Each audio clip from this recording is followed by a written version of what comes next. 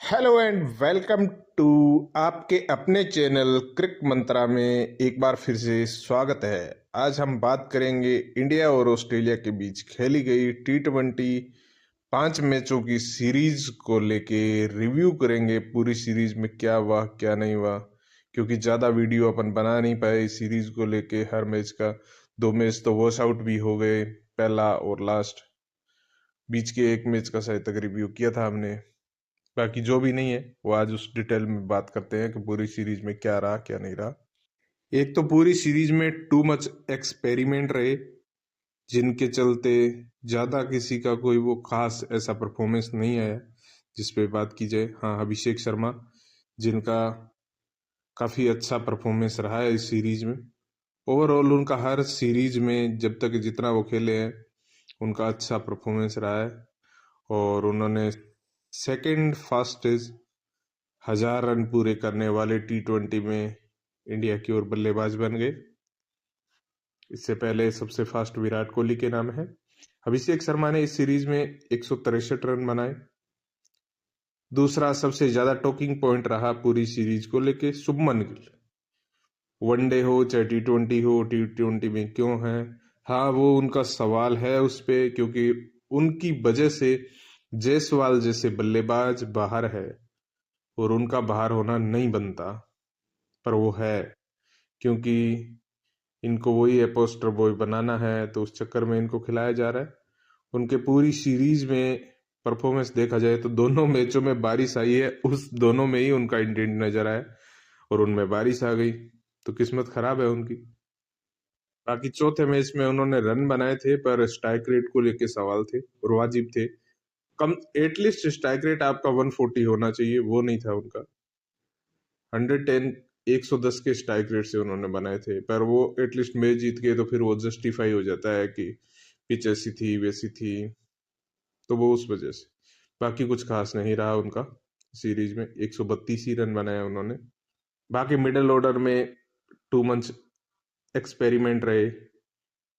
वही है, संजू सैमसन को पहले आप एक मैच में 5 पे खिलाते हो, एक में 3 पे खिला के उसको अपने ड्रॉप ही कर दिया ना, जितेश के खिला रहे हो, या तो फिर उसको 3 नंबर पे दे दो रोप, लंबा रोप दो, पर वो है नहीं। ये फ्लेक्सिबिलिटी के नाम पे इतना नहीं होना चाहिए टू मच। हाँ, 4 नंबर तक आपके सेटल्ड बैटिंग ऑर्डर होना चाहिए कि हमारे 1 2 3 4 है।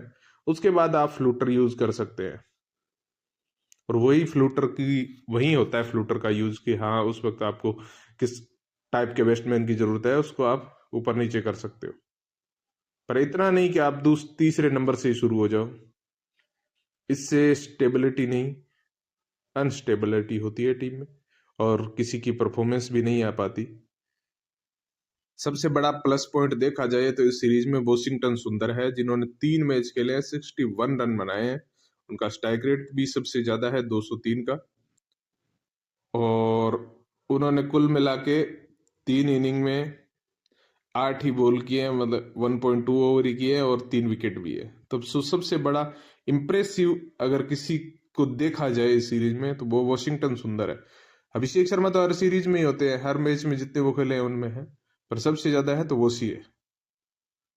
बाकी पूरी सीरीज अच्छी रही। इंडिया ने 2-1 से सीरीज जीत ली। लास्ट मैच बारिश के कारण रद्द हो गया। सीरीज तो एक बार फिर से एक और बायलेटरल जीत चुकी है इंडिया, तो ओवरऑल रिकॉर्ड अच्छा हो गया। हाँ, ओडीआई सीरीज हम जीत सकते थे, थोड़ा सा अगर खिलाड़ी अच्छे से प्रिपेयर करके और टाइम से जाते तो 100% हम दोनों सीरीज जीत के आते। शुरुआत में अर्शदीप सिंह को नहीं खिलाया, जब से अर्शदीप सिंह को खिलाया अर्शदीप सिंह ने भी अच्छा परफॉर्मेंस किया। नो डाउट वो करते हैं, पर उनको पता नहीं क्यों नहीं खिलाते। ये खिलाड़ी का जब मोरल डाउन करना होता है तो वो करने का काम कुछ हद तक ज्यादा करते हैं, तो ऐसा नहीं करना चाहिए। जैसे कुलदीप यादव है, कुलदीप यादव को वापस भेज दिया यार, एक मैच से रख लेते ना, 2 मैच से क्या दिक्कत है, क्या हो जाता। अगर उनको प्रिपरेशन करनी है टेस्ट की तो बाकी को भी तो करनी है।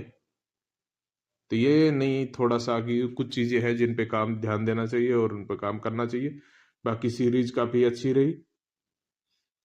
रिजल्ट के पॉइंट ऑफ व्यू से बॉलिंग तो सेटल्ड नजर आ रही है, जैसे T20 वर्ल्ड कप आ रहा है उसकी नजर में।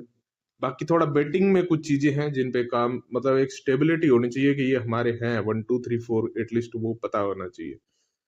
मेरी ज़्यादातर क्रिकेटिंग व्यू रखने वाले हैं उनकी भी वही है व्यू कि एटलीस्ट 3 नंबर पे संजू सैमसन होने चाहिए, 4 पे सूर्य कुमार यादव होने चाहिए। उसके बाद आप फ्लेक्सिबिलिटी कर सकते हो।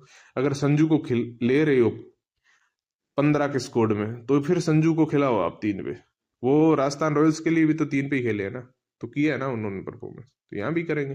पर एक लंबा रोप तो देना चाहिए ना, वो नहीं है। 2 मैच, एक मैच में आप पहले 5 हो फिर जाओ 3 पे खेलो, ये नहीं होना चाहिए। बाकी सीरीज काफी अच्छी रही, इंडिया ने सीरीज जीती है, एक और सीरीज बाकी, अभी 2 सीरीज है। देखते हैं, घर पे दक्षिण अफ्रीका के खिलाफ और फिर न्यूजीलैंड, फिर T20 वर्ल्ड कप है। तो इसमें में भी हो सकता है साउथ अफ्रीका सीरीज में क्लियरिटी मिल जाए कि क्या स्कोर होने वाला है, किस तरीके से टीम देख रही है। बाकी आपको हमारी राय कैसी लगी आप कमेंट बॉक्स में बताइए। हमारे चैनल को सब्सक्राइब कीजिए, लाइक कीजिए। जय हिंद।